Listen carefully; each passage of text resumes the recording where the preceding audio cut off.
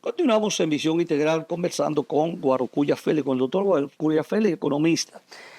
Mire, nos quedamos con una pregunta sobre si ese espacio que se debe habilitar en el Congreso, existe la posibilidad de que algunas cosas de estas puedan cambiarse en función del reclamo que la población está haciendo, los sectores productivos que están haciendo, y de alguna posición que pueda plantear también los partidos políticos que han fijado posición las fuerzas y que es políticas importante también representadas en el Congreso. representar en el Congreso. He visto que el presidente de la Fuerza del Pueblo también Ha dicho que está dando compadre espera, un calificativo. ha hecho calificativo, que es un bombazo y por lo fiscal. tanto, claro. Y que en algún momento que la oposición ya lo hizo el PLD. Claro, fíjate que el PLD no se opone a que haya una reforma. Porque los candidatos lo plantearon. No solo por eso, sino porque ya el Partido de la Liberación Dominicana, siendo gobierno, siendo el presidente Sí, lo había planteado. y luego siendo Danilo Medina presidente, lo habían asumido en la Estrategia Nacional de Desarrollo. Claro, está. La pregunta que me hacen, ¿por qué no lo hizo el PLD que estaba en gobierno? Pero en el PLD hicimos una reforma en el 2012, tributaria, importante, que duró más de 4 años en ejecución porque era un tema de administración tributaria. Evidentemente que lo deseable después de la reforma tributaria era que hubiésemos ido al pacto fiscal. Claro. Y yo creo que eso no es una excusa para que la actual administración no hubiese encarrilado su propuesta en el marco del pacto fiscal. Que era seguir los procedimientos que establece la Constitución. ¿Por qué no comenzar un diálogo amplio en el Consejo Económico y Social?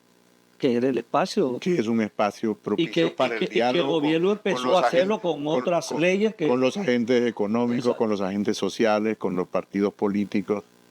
No tenía mayor costo del punto de vista. Ese espacio no se va a utilizar. En la reforma ya no. Queda muy claro que el espacio que el único espacio que hay es el Congreso. Y por lo tanto, eso va a ser así. Lo que tienen y lo que tengo que hacer las fuerzas representadas allí, en la medida de lo posible, porque somos minoritarias, es hacer las propuestas y los reclamos correspondientes, tanto de los sectores económicos y sociales y los agentes de la sociedad en sentido general.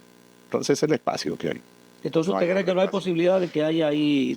Siempre hay posibilidad, yo no quiero cerrarla. No se cierra. No quiero cerrarla, pero tampoco me hago ilusión. ¿Y cuáles serían las cosas que usted entiende así puntuales que debían mejorarse de eso, de esta reforma que se ha presentado? Yo te diría que fundamentalmente, en primer lugar, la estructura del IVA. La estructura del IVA. La estructura del IVA. No es posible llevar de 0 a 18, por ejemplo, los salones de belleza.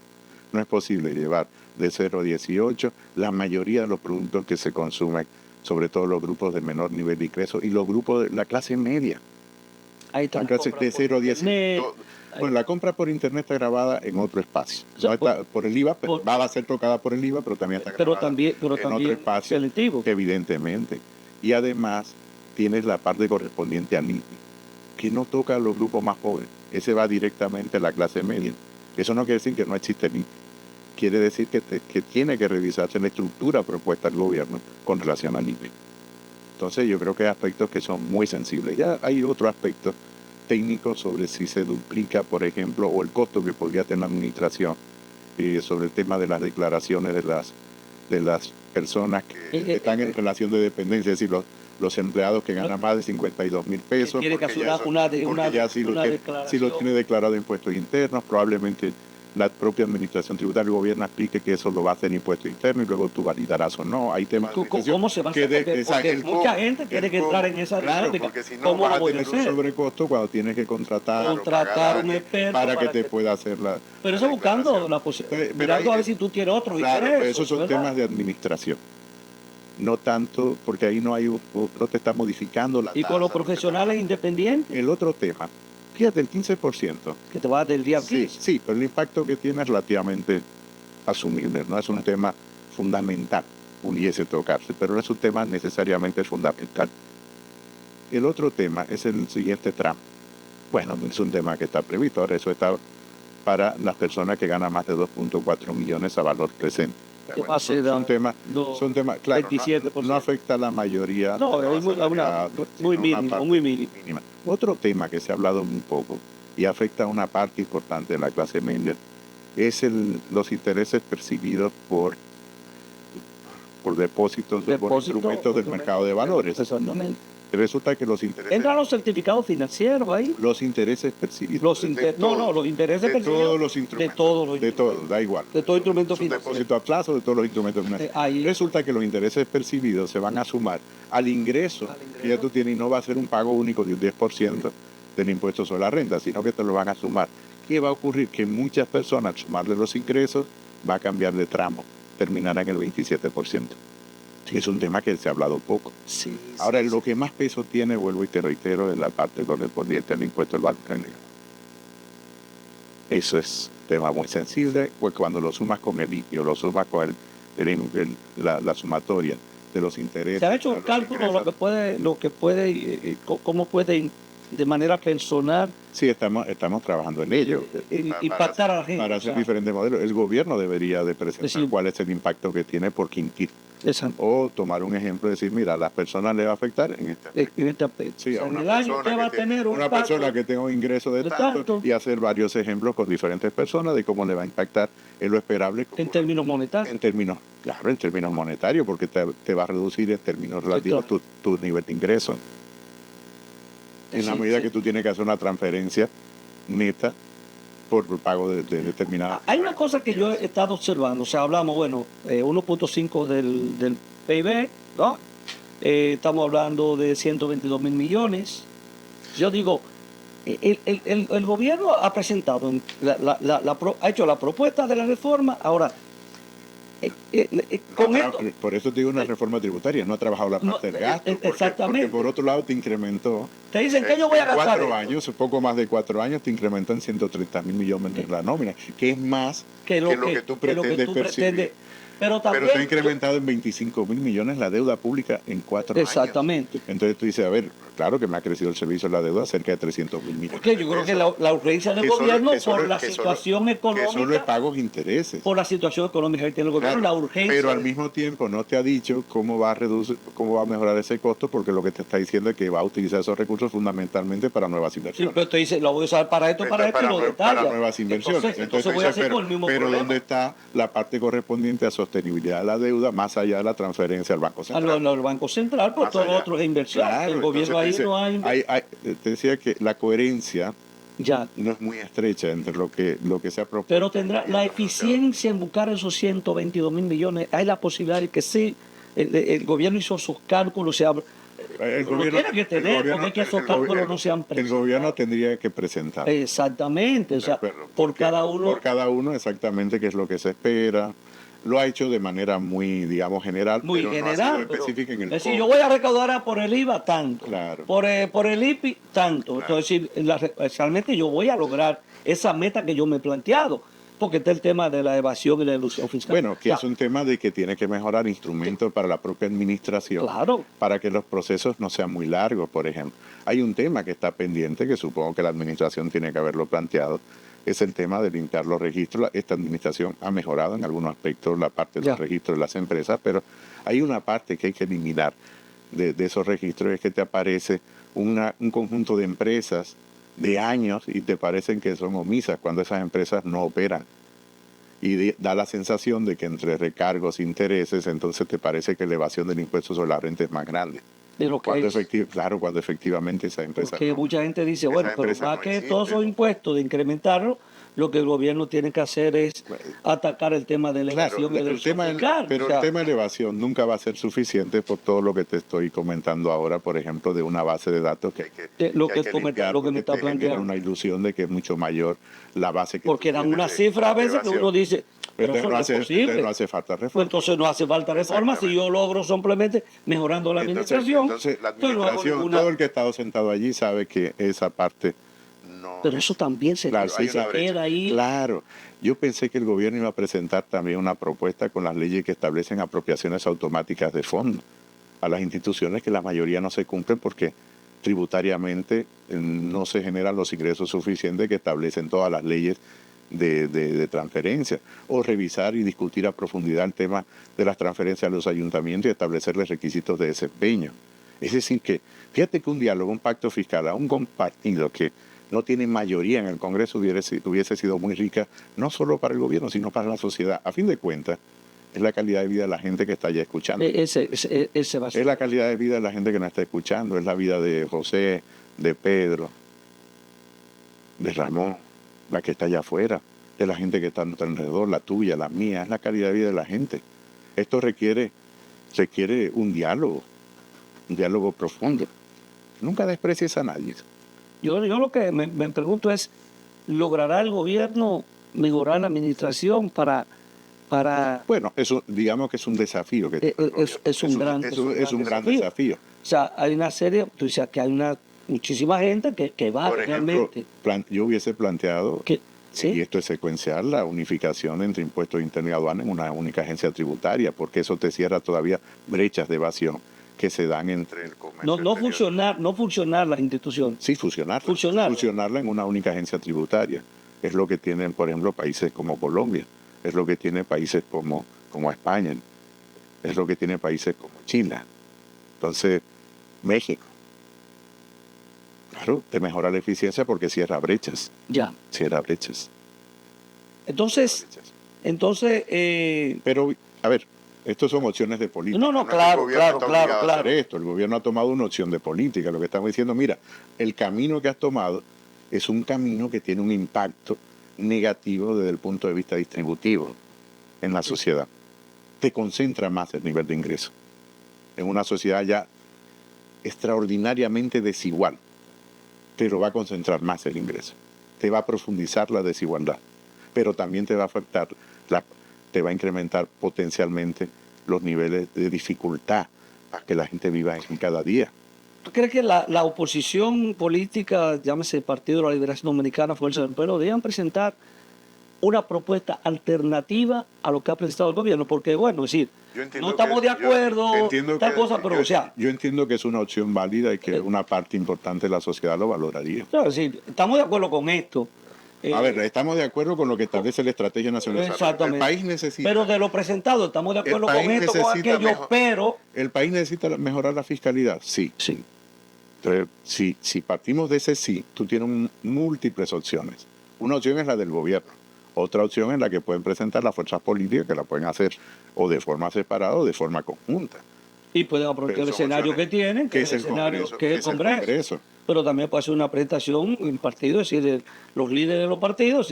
Nosotros presentamos esta alternativa. Ante esto planteado por el gobierno, entendemos que podemos buscar la misma cantidad de recursos con esta opción. O sea, y llegamos a unos puntos. Porque al final, ¿quién sale afectado? ¿Quién es? La gente. Sí. La gente.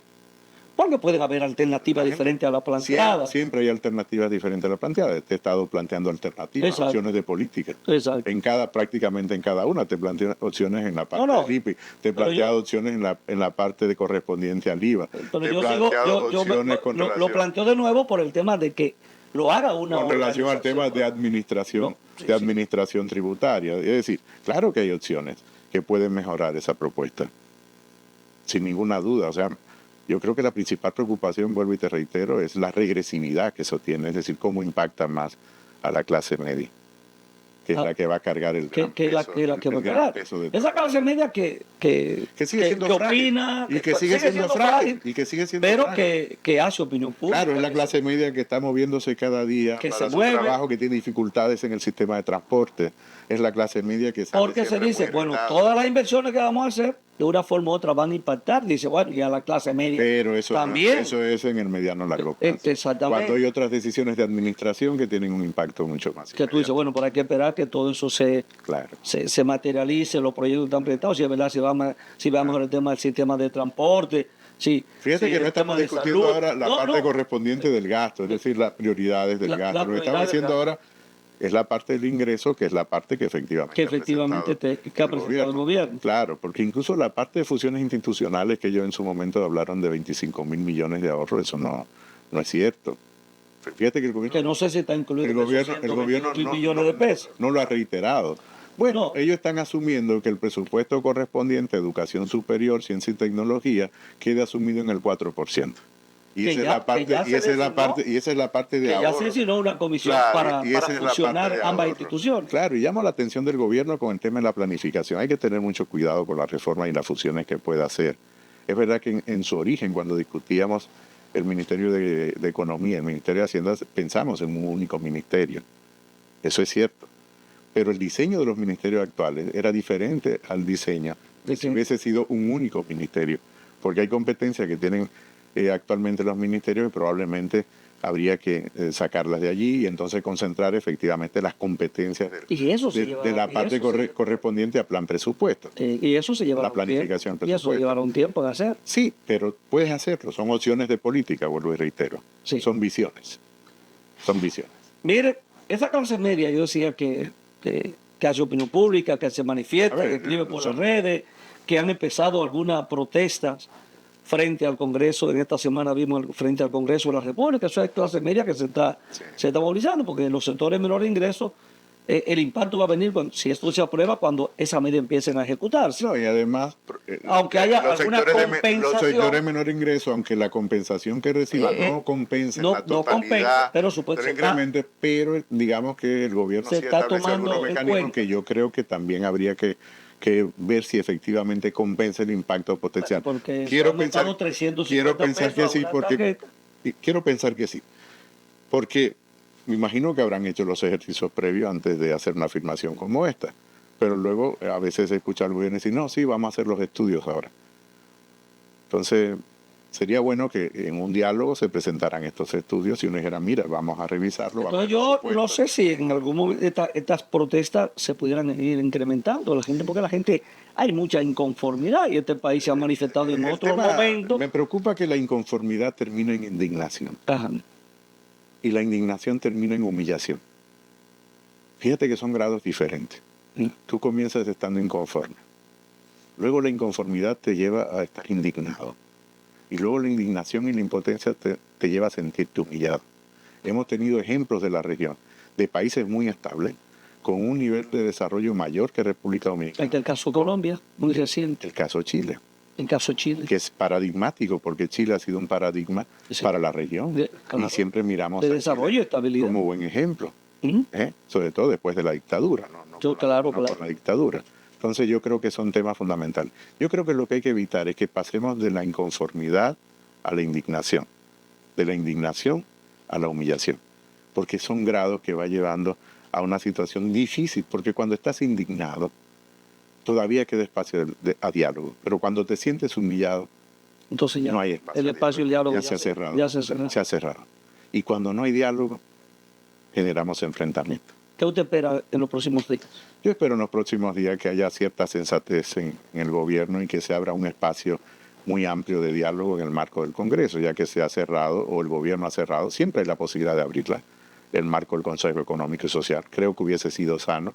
Es un organismo constitucional previsto precisamente para generar diálogos con los diferentes sectores. Creo que el llamado que hace el Consejo Nacional de la Empresa Privada es un llamado muy sensato, el que hace la Asociación de Industria y otras asociaciones sectoriales para tener un diálogo amplio. Sí, y así cuando vamos tan rápido, con tantas cosas a la vez, algunas cosas no quedan bien. Que Copardón ayer dijo, por favor, o sea, acaban de presentar sí, claro, y ahora están presentando la reforma del mercado de trabajo. Y lo dijo el CONE ayer también. Y también han fijado una con la misma reforma al Código Laboral. Al Código Laboral. Ahora, ¿qué pasa? Yo vengo años diciendo que no se agotan las reformas con el Código Laboral. Deberíamos ir a una ley base del mercado de trabajo que contemple una modificación a la estructura del mercado de trabajo que tiene República Dominicana.